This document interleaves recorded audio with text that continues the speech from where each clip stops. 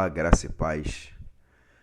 As sementes da graça de hoje vêm do segundo livro dos Reis de Israel, capítulo 4, versículos de 1 a 7. Narra a história de uma família em crise.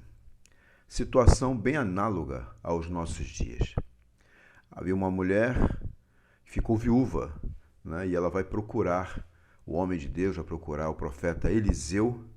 E quando o texto diz que ela ficou viúva, e tudo indica pelo contexto que haviam dívidas, havia uma vida a ser vivida e incluía com certeza algumas dívidas, porque ela vai dizer para o profeta, ela vai desesperada, ela fica angustiada.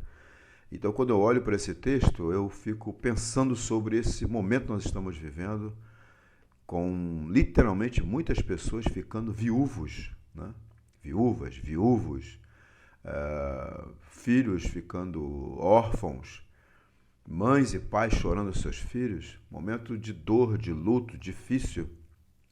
E no caso do texto aqui, que eu destaquei, ela diz que o credor foi cobrar a dívida, ou seja, a angústia, o luto ficou exponencial, E o que chama atenção nesse texto, e que eu quero passar de mensagem para você, é que ela não permitiu que o desespero a paralisasse, mas ela tomou uma atitude.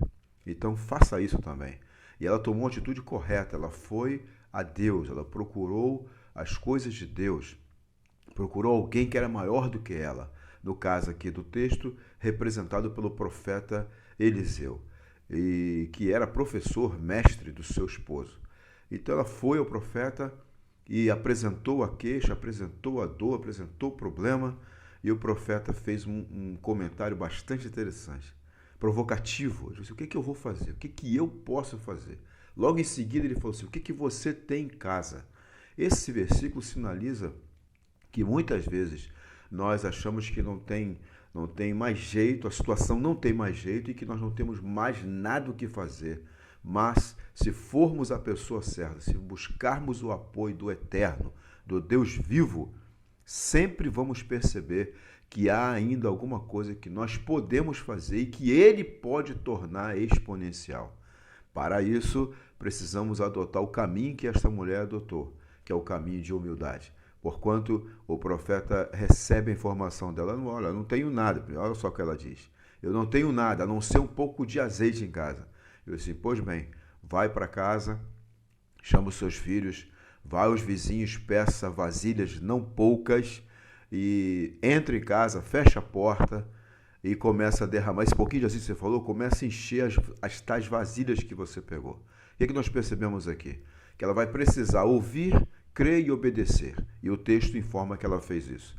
Mas esse ouvir, crer e obedecer é interessante porque parece ser uma coisa absurda, diante do que ela está vivendo e a proposta do profeta. Mas ela ousou crer e ousou fazer o caminho de humildade, que foi ir às suas vizinhas e pedir vasilhas. Seria hoje garrafas PET, por exemplo.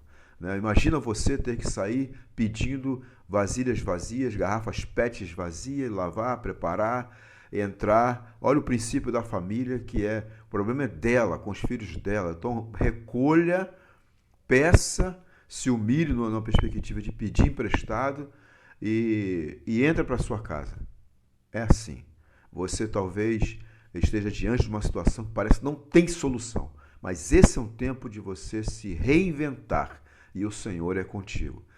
Aqui no texto diz que ela pegou a vasilha de azeite e começou a encher aquelas garrafas PET, se fosse hoje, E os filhos foram trazendo, e o milagre aconteceu, porque aquele pouquinho de azeite se multiplicou e encheu todas aquelas garrafas. E aí ela encerra o trabalho, e o texto é bem claro dizer que o azeite parou. Não diz que o azeite acabou, o azeite parou. E eu ouso acreditar que esse azeite pertence ao Pai do céu. E no momento que eu e você prepararmos as vasilhas vazias, Ele é poderoso para fazer o azeite jorrar novamente. O que é que você tem em casa? Pouca coisa? Procure garrafas vazias. Prepare as suas garrafas vazias e se posicione diante do Senhor, ouvindo, crendo e obedecendo, porque Ele é poderoso para fazer novamente o azeite jorrar. E aqui, no caso, foi a providência de Deus para essa mulher, para que ela pudesse pagar as suas dívidas e seguir em frente. Você crê que o Senhor pode multiplicar o seu pouco? Apresente-se para Ele. Creia nele. Peça discernimento. Talvez essa máquina de costura sua aí vai fazer algo tremendo.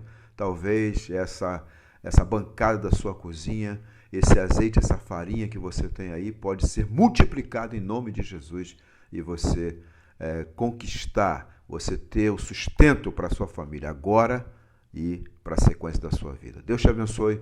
Um grande abraço pastoral, um abraço amigo em nome de Jesus. Amém.